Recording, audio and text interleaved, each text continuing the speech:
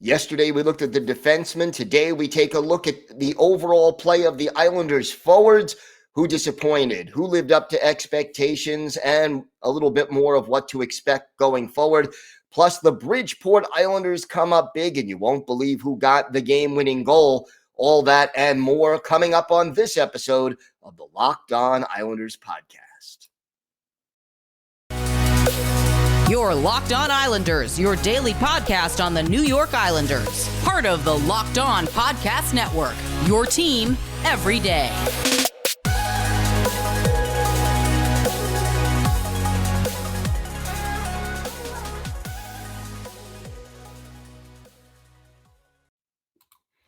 And welcome, everybody, to the Thursday edition of the Locked On Islanders podcast. So glad you could join us today and be part of the Locked On Islanders family.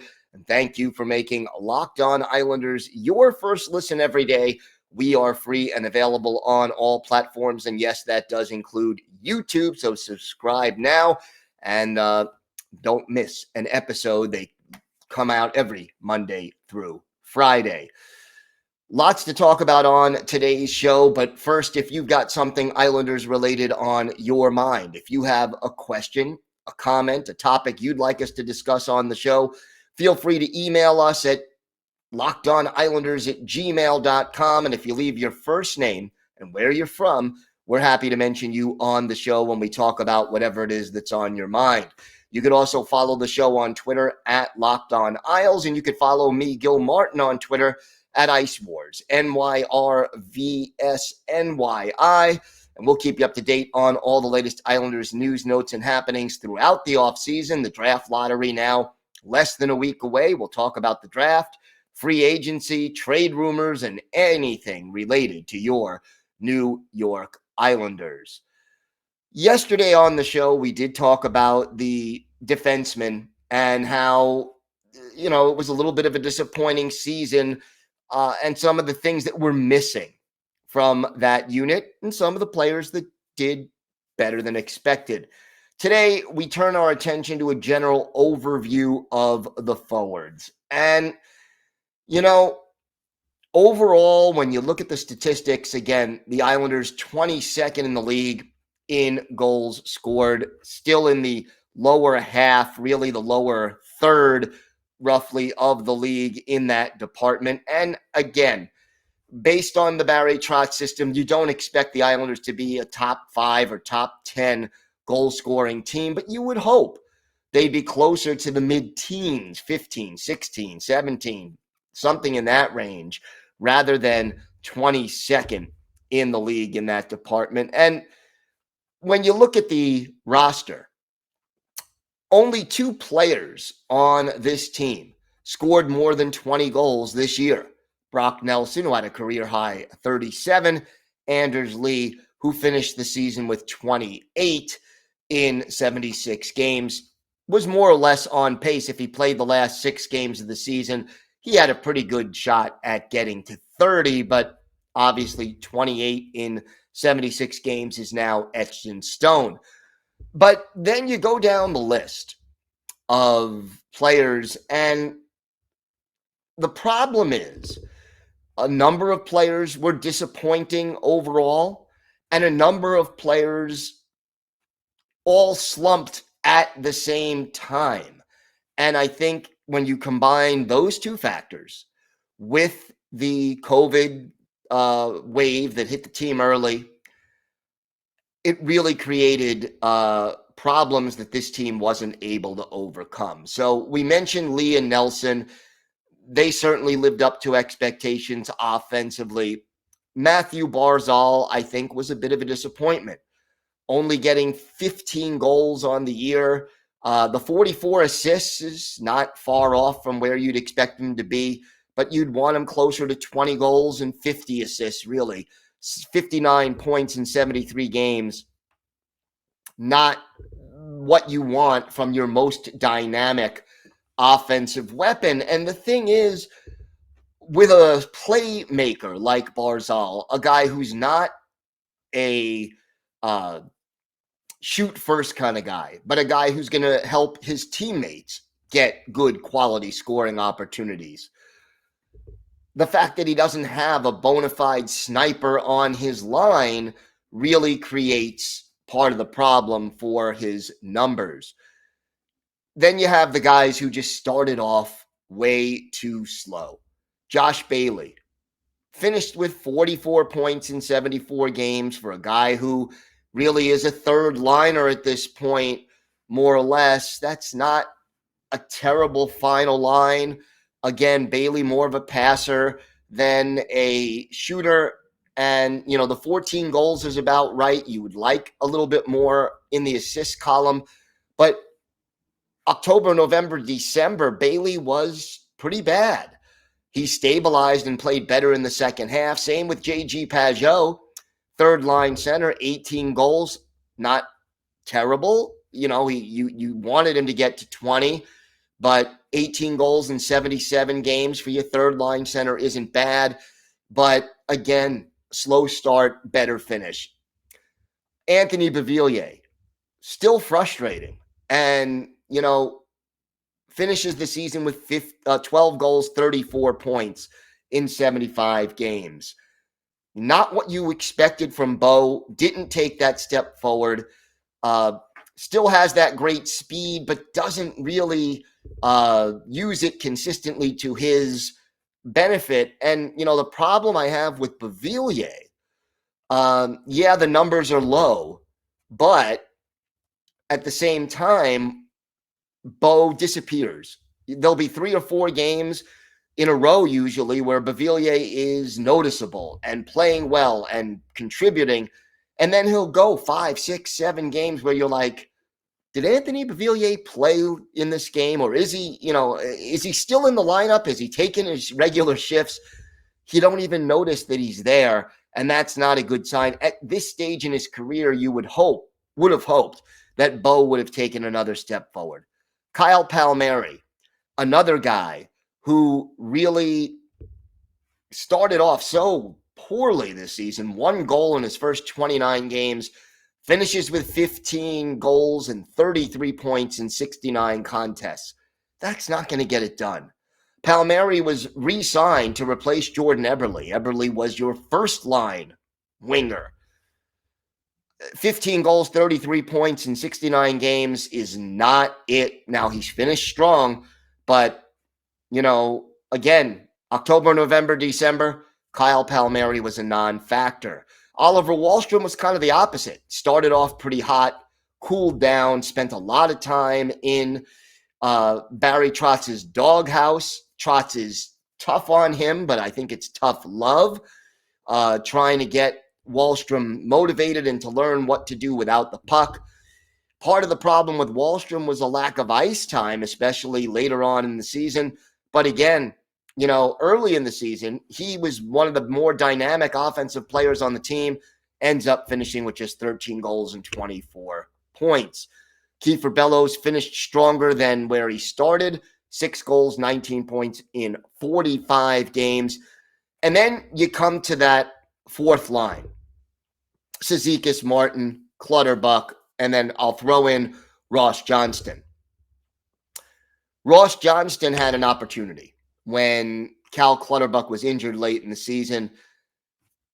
Ross Johnston does some of the things he does very well. He's physical. He'll drop the gloves. He'll hit. But did he take a step forward in his game this year consistently? No. Did he establish himself as a guy who's ready for every game in, game out kind of a play on the fourth line? No. Is he capable yet of being more than a fourth line player? Not yet. Hasn't proven that. So a little disappointment there. And then Cizikas, Martin, and Clutterbuck, all of them, really. Especially Martin, who was dealing with an injury early in the season and had trouble getting going. Cizikas, who was just inconsistent and took a lot of foolish penalties this year at different times.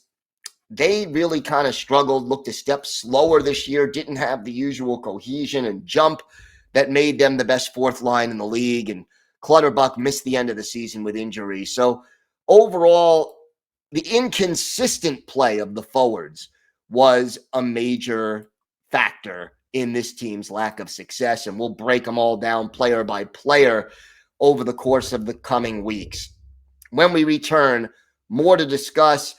Bridgeport with a big win, and you won't guess who got the game-winning goal. That and more still to come on this episode of the Locked On Islanders podcast. Today's episode is brought to you by Athletic Greens. I tell you, this product is something that I literally use all the time, and I'll tell you, I wanted to take this because I don't like taking pills, and I wanted a supplement that actually tastes great. Well, I've been using it for about 7 weeks now, and I love it. It doesn't taste like it's super healthy. It has kind of a mild tropical taste that I actually look forward to every morning. But what is this stuff? Well, with one delicious scoop of AG1, you're absorbing 75 high-quality vitamins, minerals, whole food sourced superfoods, probiotics, and adaptogens to help you start your day right. This special blend of ingredients supports your gut health, your nervous system, your immune system, your energy, focus, recovering, and aging. All of these things. And it's lifestyle friendly, whether you eat keto, paleo, vegan, dairy-free, or gluten-free. And look, it costs you less than $3 a day. You're investing in your health, and it's cheaper than your cold brew habit. Right now, it's time to reclaim your health and arm your immune system with convenient daily nutrition. Just one scoop in a cup of water every day. That's it. No need for a million different pills and supplements to look out for your health. To make it easy, Athletic Greens is going to give you a free 1-year supply of immune-supporting vitamin D and 5 free travel packs with your first purchase. All you have to do is visit athleticgreens.com/NHL network. Again, that's athleticgreens.com/NHL network to take ownership over your health and pick up the ultimate daily nutritional insurance. Thank you for making Locked On Islanders your first listen. For your next listen, check out the Locked On Now podcast, nightly recaps of every NHL game with analysis from our local experts. It's free and available wherever you get podcasts. So, Bridgeport, the Bridgeport Islanders hosting the Providence Bruins game 2 of their best of 3 playoff series. And just like game 1, this one went to overtime, and the Bridgeport Islanders defeated the Providence Bruins by an identical 2-1 score in overtime. This was a goaltending duel. Through 40 minutes, through 2 periods, the Islanders hadn't let in a goal. And Corey Schneider, who again played in net, made 19 saves. And it was scoreless hockey as both goaltenders were battling. Troy Grosenick was playing well for Bridgeport. For Providence, and Providence was out shooting Bridgeport 19-15 through 40 minutes. But in the third period, the Bridgeport Islanders controlled play, outshot Providence 14-6, and took a 1-0 lead just 3.5 minutes in on a goal by Michael Dal-Cole, his first of the playoffs. Chris Terry, the veteran who we spoke about, and Austin Czarnik got the assist. It was a power play goal, and it looked like Bridgeport was on their way. But Nick Wolf scored for Providence, and even the score with 6 minutes and 36 seconds left in regulation. So we go to overtime. So who do you think comes through in OT? 12 minutes, 53 seconds into overtime. Atu Ratte, his first career goal in North America as a pro. Kyle McLean and Austin Czarnik with the assist. So Czarnik with 2 helpers. And Bridgeport wins the series 2-0 and advances to the next round of the playoffs. So fantastic news there. Bridgeport will now take on the Charlotte Checkers, who were in first place in the Atlantic Division, but a big W for Bridgeport. They advanced to the second round of the playoffs. And look, let's face it, that means more experience for some of these younger players. And that is what we want to see. We want to see this team, and some of these younger guys get the experience they need. So who's out there? Grant Hutton is out there. Otto Koivula, Simon Holmstrom, Atu Rate, Robin Salo out there. He did not figure in the scoring, but did have 4 shots on goal.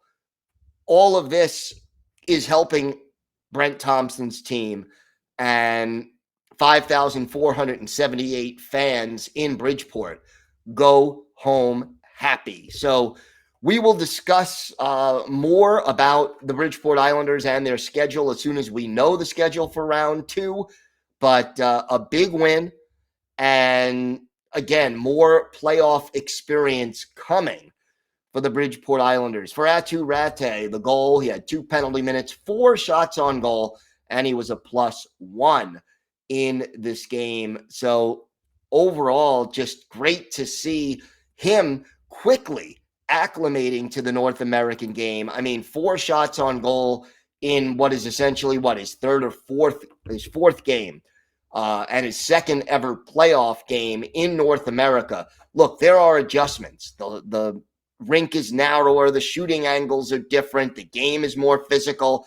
Seeing Rate play well and come through with the game-winning overtime goal is something that has to make Islanders fans happy. He's probably still a year away from being on the Islanders NHL roster, but just the very fact that he's getting this experience probably speeds up the process of him adjusting to the North American game and getting used to playing with some of the players he'll probably be playing with when he does become an Islander, getting acclimated to the system that both the New York Islanders and Bridgeport Islanders use. It's all a plus for these young players to be out on the ice and in the intensity of playoff hockey. So good news there for the Islanders, and congratulations to the Bridgeport Isles for their big win. When we return, we have our Islanders birthday of the day, a defensive center who was a member of the Islanders in the mid to late 80s. Let's see if you can guess who that is. Plus some more thoughts about this Islanders team and the performance of their forwards this year. All that and more still to come on this episode of the Locked On Islanders podcast. Today's episode is brought to you by your friends at BetOnline. BetOnline.net is your number one source for all your betting stats and sports info. Find all the latest sports developments, league reviews, and news, including this year's basketball playoffs, Major League Baseball, and this weekend's Run to the Roses as the Kentucky Derby is back. BetOnline is your continued source for all your sports wagering information, from live betting to playoffs, including the Stanley Cup, esports, and more. Head to the website today or use your mobile device to learn more about the trends and action. BetOnline, where the game starts. Time now for our Islanders birthday of the day. We want to wish a very happy 57th birthday to former Islanders center Bob Basson. Basson, a native of Calgary, Alberta, was not drafted, but made his NHL debut with the Islanders in 1985-86 after spending most of that season with their affiliate in the AHL, then was in Springfield, and then played 2 full seasons with the Islanders in 86-87, 87-88, and then was traded midway through the 88-89 season to the Chicago Blackhawks. Later played for the Blues, the Quebec Nordiques, the Dallas Stars, and the Calgary Flames before finishing his NHL career with the Blues in 1999-2000. So he had 2 stints in St. Louis. Later went into coaching and coached the AHL's Utah Grizzlies for 3 years in the early 2000s. In 765 career NHL games, Bassin had 88 goals, 232 points, and 1,004 penalty minutes. Had a couple of seasons with more than 150 penalty minutes with St. Louis. In his 2 full seasons with the Islanders, 7 goals, 17 points, 89 penalty minutes, 6 goals, 22 points, 99 penalty minutes. He added 93 playoff games, 9 goals, 24 points. And yes, he played in 3 postseasons with the Islanders, 86, 87, and 88. We'll go back and look at one of Bob Bassin's better games with the Isles. And he was really more of a defense first, two-way kind of a forward. October 20th, 1987, at the Coliseum, the Calgary Flames in town. Mike Vernon, the goalie for the Flames, Billy Smith for the Islanders. And in the first period, the Islanders get on the board first. Brent Sutter, his third from Brad Lauer at 5:43. Isles up 1-0. Then the Islanders' power play goes to work. Al McGinnis of Calgary off for hooking. Brian Trottier is third from Dennis Potvin and Tomas Johnston at 10:39. That gave the Isles a 2-0 lead. But then with Brad Dalgarno off for holding, Brian Glynn scores a power play goal for Calgary. Paul Reinhart and Joey Mullen with the assist. 2-1 Islanders after 1 period. In the second, Trottier makes it 3-1 Isles just 2 minutes and 15 seconds into the period. It was his 4th of the year. Derek King with the assist. And then a goal by one of the greatest names in hockey history, Håkan Lube, pulled Calgary to within 3-2. Lube's second from Neil Sheehy. And that's where we stood after 40 minutes. Isles 3, Flames 2. Calgary tied it early in the third on the power play. Derek King off for holding. Joey Mullen is third from Brett Hull. And Paul Reinhart at 1:57. 3-3 hockey game. But then Trottier, his 5th. And his 3rd of the game. Alan Kerr, the assist at 12:41. Then our Islanders' birthday of the day, Bob Bassin tallies his 2nd from Steve Conroy and Brad Dalgarno. In the closing minute, Al McGinnis, his 4th from Joe Nieuwendyk and Mike Bullard. That made it 5-4, and that was the final. The Islanders get the win. And for Bob Bassin, our Islanders' birthday of the day, he had a goal. It was the game-winning goal. And had 2 shots on goal. He was a +1. 21 saves by Billy Smith in this one, as the Islanders had 29 shots on goal, 25 for the Calgary Flames. So again, want to wish a very happy 57th birthday. The actual birthday will be on Saturday, but Bob Bassin, we want to wish him, on Friday. We want to wish Bassin a very happy 57th birthday, one day in advance. Again, thinking about the Islanders forwards, consistency, a big issue. And no matter how you slice it, this team needs to add some more dangerous goal scorers, some more shoot-first guys, some more players who are dangerous with the puck, who opposing teams have to account for, and who will allow players like certainly Josh Bailey, certainly Matthew Barzal, Anthony Beauvillier, to maximize what they do so well. I mean, you get a player like Barzal who can turn on a dime and fake out a player or 2 players and set up somebody for a great scoring chance. But if that player isn't going to shoot or isn't a very good offensive player, the result is either a turnover or a shot that goes wide or that is saved. And too often the puck just doesn't go in the net. So if you have quality setup guys on your roster, you need to maximize their ability. If you don't, right now, Matthew Barzal is entering his prime. You want to take advantage of it before he starts to get older. You got to bring in 1, probably 2 goal scorers in order to maximize that talent. And hopefully it's something the Islanders will be able to do. Want to thank you once again for making Locked On Islanders your first listen every day. Now make your second listen Locked On NHL. From first round matchups to each Stanley Cup kiss, Locked On NHL covers the playoffs like no other. Hear the latest news and opinions from local experts every Monday through Friday. It's free and available wherever you get podcasts. And just a shameless plug, I host the Monday edition of the show and I co-host the Friday edition. So definitely please check out all of the Locked On NHL podcast episodes. Good stuff. And we'll get you through the playoffs like nobody else can. That does it for this episode of the Locked On Islanders podcast. We will be back tomorrow to wrap up the week. We'll have more information, hopefully, about Bridgeport's schedule. And we'll talk about the goaltending a little bit as an overview.